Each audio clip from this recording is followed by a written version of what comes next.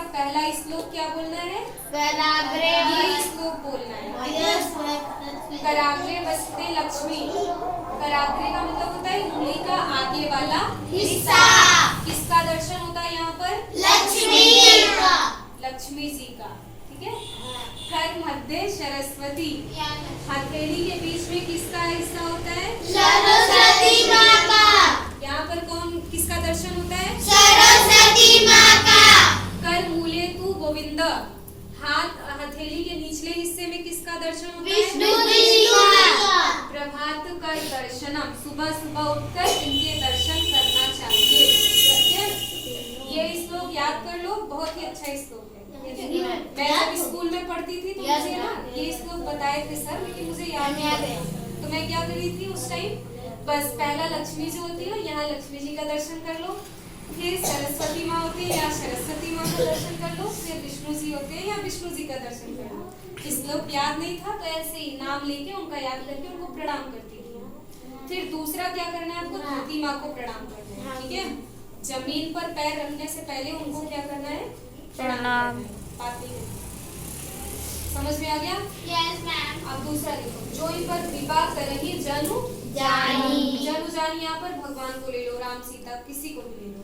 तो जिस पर राम सीता की कृपा होती है उसको क्या होती है? कवि उर आजिर नचावे बानी। कवि का मतलब समझते हो? जो कविता वगैरह लिखते हैं। मैम। तुलसीदास, सूरदास, इनके जो कथन है, ये जो कविता में लिखते हैं वो आपके मन में एकदम समा जाएगा, ये बोलना क्या चाहते हैं। जितने भी कवि देखोगे भगवान के बारे में ही वर्णन करते हैं, वो जो लिखते हैं वो आपको अच्छे से समझ में आएगा जब आप पर भगवान की कृपा होगी। आप भगवान की कृपा हुई है कि नहीं हुई है पता चल गया? आपको श्लोक याद हो रहे हैं मतलब कृपा है आपके ऊपर। आपको श्लोक समझ में आ रहे हैं मतलब भगवान जी आपसे खुश हैं। ठीक है? आप जीवन में अच्छे काम कर रहे हो, इससे भी आप क्या हो? खुश, मतलब भगवान आपसे खुश है। और जैसे ही ये सब चीज आप में नहीं दिखेगा मतलब जान लो कि आपसे भगवान जी दुखी है। ठीक है? मोरी सुधराई सौ सब भांति, जासु कृपा नहीं कृपा अघाती। अघाती का मतलब होता है समाप्त न होना। एक ऐसी कृपा बताओ जो कभी समाप्त ना हो।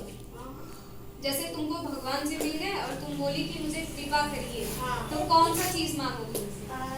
पढ़ाई नहीं, आपको सीधा बोलना है कि हे प्रभु जी मुझमें सुधार लाइए। जैसे जैसे आप में जो जो कमी रहेगी जब वो सुधारते जाएंगे सब कुछ आता जाएगा ना। पढ़ाई भी तो उसी में है। तो जब भगवान जी के पास खड़े हो तो ये श्लोक पढ़ो कि मोरी सुधारे सो सब भांति, मेरे अंदर जितने भी कमियां हैं उसको सुधारिए, क्योंकि ये कृपा कभी समाप्ति नहीं होगी। हर समय कुछ ना कुछ हम बुराई करते रहते हैं, वो धीरे धीरे क्या होता रहेगा? सुधरता रहेगा।